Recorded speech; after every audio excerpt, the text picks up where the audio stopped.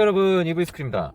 제가 이번 시간에 좀 드릴 말씀은요, 여러분 지금 부동산 개폭락 중이잖아요. 이제 시작이거든요. 이제 시작이라서 한 3분의 1 토막이 좀 날 거예요. 조금만 기다리시면은. 근데 이제 뭐 집주인들이 당분간 지켜본다고 뭐 매물 걷어들이고 뭐 그거 한다고 하잖아요. 근데 문제는 이 이자가 오르는데, 금리도 금리지만, 예? 금리도 금리지만 앞으로는 이제 저기 뭐야, 자기가 산 가격 이하로 떨어지잖아요. 그러면 이제 그때부터 이제 똥줄 타는 거예요. 이제 그때부터 후달리고, 그때부터 이제 막 패닉이 오고 막 집어던지기 시작하면은, 그때 이제 완전 손해보고 팔 수밖에 없는 그런 상황이 오는 거예요. 그러니까 제가 얘기했잖아요. 빨리 팔라고요. 이제 부동산 개박살 나요. 조금만 이제 한번 해보세요. 이제 버틴다고요? 여러분 같이 당신처럼 똑같은 생각 가진 사람들 파다 해요. 예? 조금만 더 버티면은 더 자기가 산 가격에 좀 돈 욕심에 욕심 조금 불리려다가 아주 개박살이 난다니까요. 예? 여러분도 피눈물 흘려요, 진짜. 진짜 피눈물 흘려요. 그래서 제가 조금이라도 빨리 팔라고 했잖아요. 지금 조금이라도 이문을 남길 때, 그나마 조금이라도 이문을 남길 수 있을 때 빨리 팔아버리라고. 안 그러면은 여러분들 이자는 이자대로 나가고요, 집값은 집값대로 떨어져서 여러분들이 그 목돈을 가지고 대출을 끼고 사잖아요. 그 가지고 있던 목돈이 아주 공중분해가 돼버린다니까요. 빚은 아파트 가격이 떨어지든 말든 상관없이 빚은 그대로 남잖아요. 그러니까 빚밖에 안 남는 거예요. 여러분들 목돈 가지고 빚 합쳐가지고 집 샀던 그 가격에서 내 집값이 떨어지니까 내 목돈은 그냥 공중분해 돼버리고 고스란히 빚만 남는 거라니까요. 에? 빚만 남는 거예요, 빚만. 그리고 나중에 그거 팔아서 빚이라도 갚으면 다행이에요. 빚도 못 갚는다니까요. 왜? 절반이 아니에요, 이제. 이제 지금 상황은 절반이 아니라 3분의 1 토막. 지금 가격에서 70%가 까인다고요. 그렇게 돼요, 이제. 금리 인상 계속하고 계속적으로 집값 떨어지고 못 버틴다니까요. 지금 경기가 다시 회복할 수 있는 V자 반등이 아니라니까요. 지금은 계속 떨어질 수밖에 없어요. 최소한 10년, 20년, 제가 얘기했잖아. 잃어버린 30년 온다고. 경쟁력이 안 되기 때문에 제가 볼 때 지금 오늘이 국가 경쟁력이, 국가의 어떤 그런 경제적 지위, 경제적 위치가 가장 높을 때예요. 지금이. 기업 경쟁력도 마찬가지고요. 그럼 뭐예요? 지금이 자산이 제일 많을 때란 말이에요, 사람들이. 예? 앞으로 계속 감소할 일밖에 안 남았으니까 지금 지금 한국인들이 가장 자산이 많이 갖고 있을 때라니까요. 지금 파시려면 지금 조금이라도 후려쳐가지고 더 많이, 다른 사람들이 막 7억, 8억씩 던질 때, 10억, 11억, 12억씩 던져가지고 빨리 깎아서 어떻게든 팔아야 돼요. 지금 정신 못 차리면 안 돼요. 지금도 아직도, 지금 상황이 어떤데 지금 아직도 정신 못 차리고 본인 욕심에 뭐 버틴다고요? 버틸 수 있으면 버티세요. 제발 버티세요. 예? 남들이 뭐 팔고 어쩌고 할 때 제발 아파트값 지킨다고 버티세요. 정말로 꼭 버텨서 여러분들이 잘 되셨으면 좋겠어요. 그렇게 버티셔가지고. 근데 문제는 지금 금리도 그렇고, 예? 금리뿐만이 아니라 우리나라 그 인구 구조도 그렇고, 그리고 경제 지표도 마찬가지예요.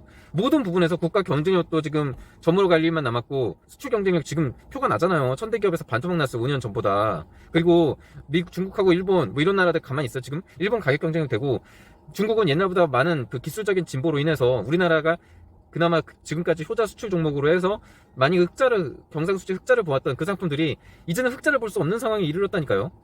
수출이 안 돼요, 수출이. 걔네들 자력으로 생산하는데 더 싼 가격에 기술력에서 밀리고, 그 중국이 또 다른 나라, 유럽이나 다른 국가들에 수출하면은 그 수출 물량도 그만큼 파이가 줄어드는 거고, 여러모로 봤을 때 우리나라의 어떤 수출 주력 상품들, 자동차도 마찬가지고, 예? 자동차, 뭐 반도체 할 거 없이 모든 부분에서 지금 열세예요. 그러니까 물론 수출로 먹고 사는 부분은 있겠죠. 아예 달러를 못 벌어들이진 않겠죠. 근데 문제는 뭐냐면은 우리가 지금 누렸던 만큼의 가치에서 앞으로 경쟁에서 밀려서 시장 파이를 뺏기는 가능성이 굉장히 높아졌다는 얘기예요. 그래서 시간이 가면 갈수록 GDP는 계속 줄어들 수밖에 없어요. 그러니까 제가 얘기한 거예요. 지금 우리나라 경쟁력이 오늘이 제일 센 날이라고. 오늘이 우리 국민들의 자산이 가장 많은 날이라고요. 이제 시간이 갈수록 시간은 점점 자산이 축소될 뿐이에요. 그래서 부동산 같은 경우에는 절대로 자산 증식의 수단이 될 수 없다고 눈에 얘기했던 거예요. 지금요, 부동산 가진 사람들은 빨리 팔아야 돼요. 이제는 자산 가치가 계속 저물어 가기 때문에 앞으로는 집을 구매하지 않은 사람들의 시간이 갈수록 시간은 그 사람들 편이에요. 시간은 구매 대기자들 편이라고요. 진짜 집이 필요해서 집을 사는 사람들, 투기의 대상이 아니라 정말 집이 필요한 것 뿐인 사람들, 자산 증식으로 살려는 사람들이 아니라 그냥 자기가 들어가 살 집이 필요한 사람들이요. 자산 증식에 기대를 하지 않고 들어갈 사람들이요. 이제는 자산 증식 수단이 못 되고, 앞으로는 오늘 부동산 가치가 가장 거품이 많이 낀 때라니까요, 지금. 앞으로 계속 저물어 가요. 왜? V자 반등을 기대하려면요, 우리나라 수출의 경쟁력에서 희망이 있어야 돼요. 근데 우리나라가 이렇게 V자 반등, 예를 들어서 코로나가 끝나고 뭐 유동성이 거의 다 회수가 되고 러시아 전쟁, 우크라이나 전쟁의 어떤 세계 경쟁 분쟁의 위기가 사라지고 이렇게 된다고 아주 극단적으로 긍정적으로 봐도 V자 반등이 안 되는 이유가 뭔지 아세요? 예? 다른 나라들이 그 V자 반등할 때 우리나라보다 훨씬 더 탄력적으로 V자 반등을 하기 때문에 우리나라는 거기에 되게 뒤처지는 쪽에 속한다고요. 다른 나라는 이만큼 성장할 때 V자 반등해서 우리나라는 요만큼밖에 성장 못해요. 왜? 그만큼 저력이 없어요 지금. 남아있는 성장 저력이 지금 남아있지 않고 성장 가능성이 없기 때문이에요. 제가 얘기했잖아요. 인구 젊은 세대가 그만큼 받쳐줘야 되고 그 사람들이 많은 준비를 해야 되고 열정과 헌신을 바칠 각오가 돼 있어야 되고 그동안에 어떤 많은 에너지를 축적하고 있어야 된다는 얘기예요. 지금 이 시기가. 예? 지금 이 시기가 많은 에너지를 축적하고 있어야 돼요. 수출을 대비해서. 진짜 생각이 있는 사람들은 지금 비용 엄청나게 어떻게든 줄여가지고 그리고 기술 경쟁력이나 그리고 이 시국이 끝났을 때를 대비해서 견디고 버티고 준비하는 사람들이에요. 그러려면 부채를 줄여야 될 거 아니에요. 지금 당장 부채를 줄이면서 그 도약을, 그러니까 모든 상황이 종료가 되고 V자 반등을 노릴 수 있을 때 팍 튀어나가려고 그때를 준비하는 나라, 그때를 준비하는 기업이 진짜 그때부터 정말 별의 순간을 맞이하는 거란 말이에요. 예? 지금 상황이 지금 우리나라가요.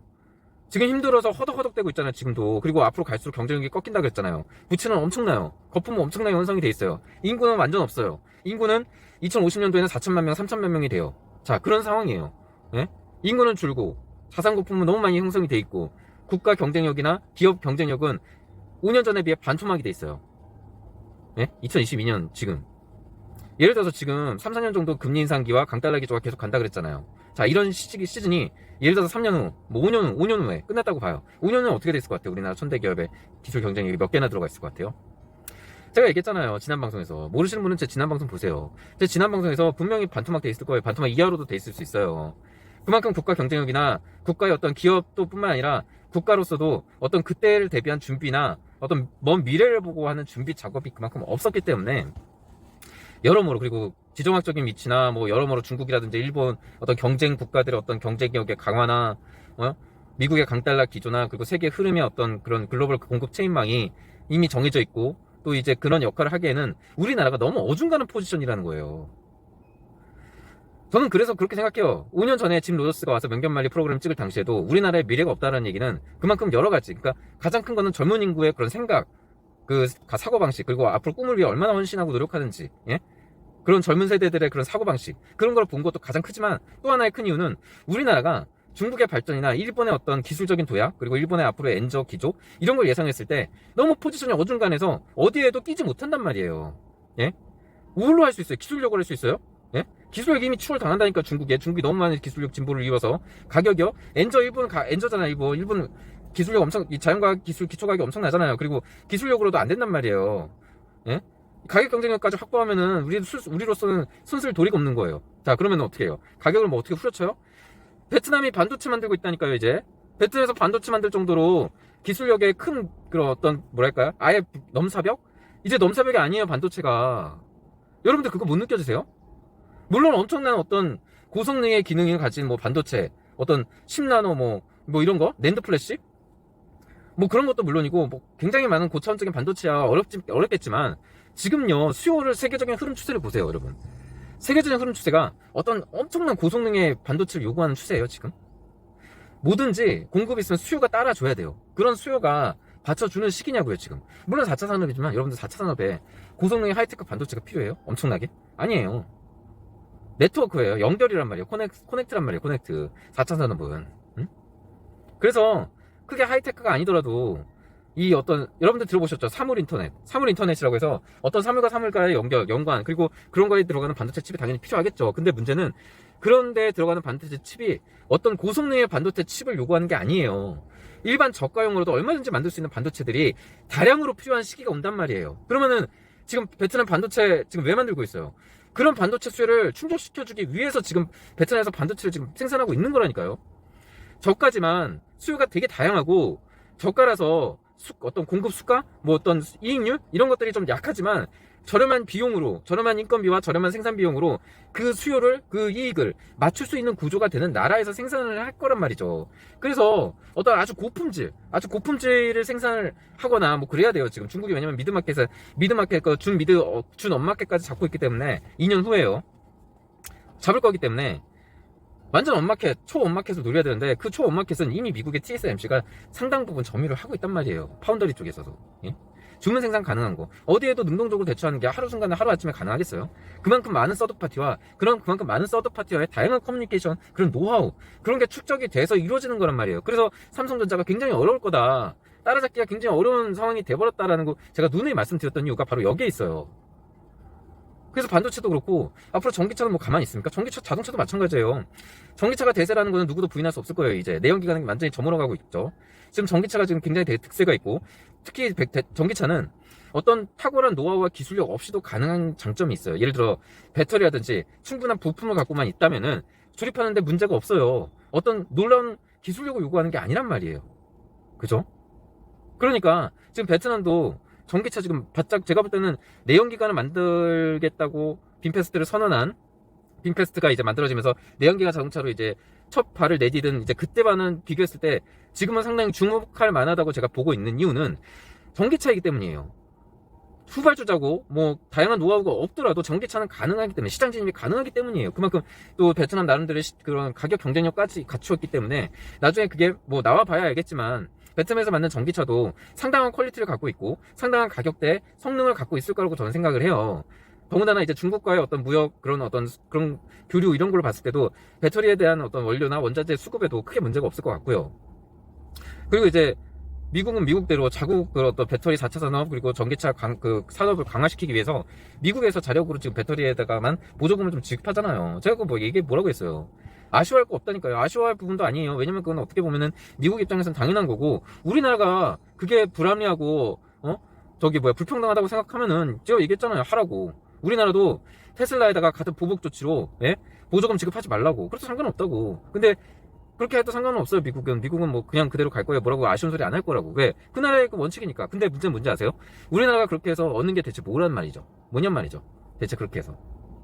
그러니까 여러 가지 문제가 있어요. 그러니까 문제는 우리나라의 지금 현 상황을 아주 명확하게 냉정하게 파악을 해야 돼요. 우리나라가 지금 있는 위치를요. 우리나라가 지금 서 있는 지금 위치를 냉정하게 파악하고 앞으로 어떻게 해야 될지 생각해야 되는데, 희망적인 얘기를 저도 하고 싶어요. 근데 마땅히 뭔가 희망적인 얘기를 할 수가 없어. 왜? 이미 인구는 감소하고 있고 계속 앞으로도 감소할 예정이고, 또 지금 나와 있는 인구 역시 교육이, 일단 사고방식이 어떤 헌신이나 노력이나 이런 거를 하지 않는 세대들이 대다수이기 때문에 이들한테 뭔 어떤 혁신이나 미래를 위한 인적 자원을 기대하기가 어려워졌어요.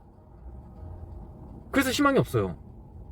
미안하지만 솔직히 우리나라가 더 V자 반등을 할 수 있는, 이 코로나 시국이나 전쟁이 끝나고 나서 뭐 V자 반등을 할 거라는, 미안하지만 정말 저도 그런 말을 하고 싶지만 현실적으로 그런 게 어렵기 때문에 그런 말을 할 수 없어요 지금 솔직히. 그래서 제가 얘기했잖아요. 어쨌든 자산을 자유민주주의에서는 일단 각자 도생이에요. 이제 각자 도생입니다. 뭐 부동산을 해서 그걸로 부를 불리시든 그걸로 시세 차익을 노리시든 뭐 그거는 알아서 하세요. 단지 제가 얘기할 수 있는 거는, 집 부동산을 가지신 분들은 제가 어떻게든 얘기했잖아요. 지금 자산은 오늘이 제일 비싸다고요. 빨리 파셔라. 조금이라도 힘을 남길 때 빨리 누구보다도 더 세게 던져라. 남들 5억, 6억 깎을 때 10억, 12억씩 깎으시라.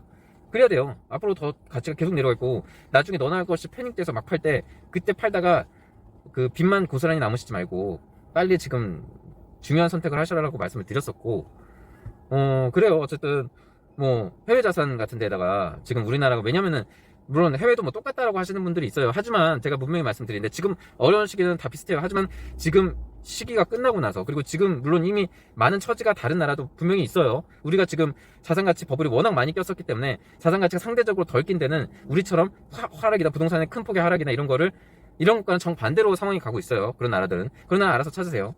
자, 그런 나라가 있어요. 그런 나라에다가 투자를 하고, 또 봐야 될 것은 그 나라가 V자 반등을, 그러니까 이 시국, 이 어려운 경제 침체와 이 시국이 모르겠어요. 언제 끝날지. 5년 뒤, 10년 뒤에 끝날지, 혹은 20년 뒤에 끝날지.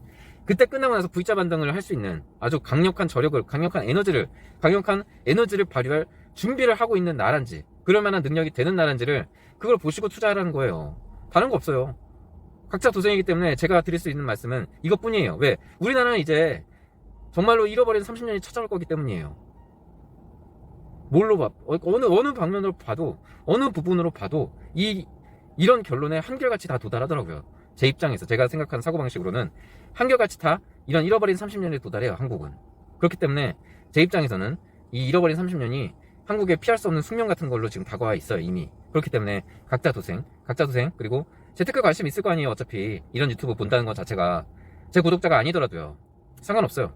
구독자 아니시더라도 상관없고 그냥 뭐 잠깐 보시고 하시는 분도 상관없어요. 어쨌든 누구는 제 방송을 지금 보시는 분들이라면 지금 한국에 있는 자산은 빨리 정리를 하시고 해외 자산, 왜냐면 자산 가치가 계속 떨어질 거니까요. 해외 자산이나 정말 유망한 그런 부분을 제가 좀 전에 말씀드린 부분 있죠. 그거 정말 철저하게 공부하셔가지고 빨리 선택하시고 그리고 올바른 재테크에 도움이 되시길 바랍니다. 네, 여기까지 하겠습니다.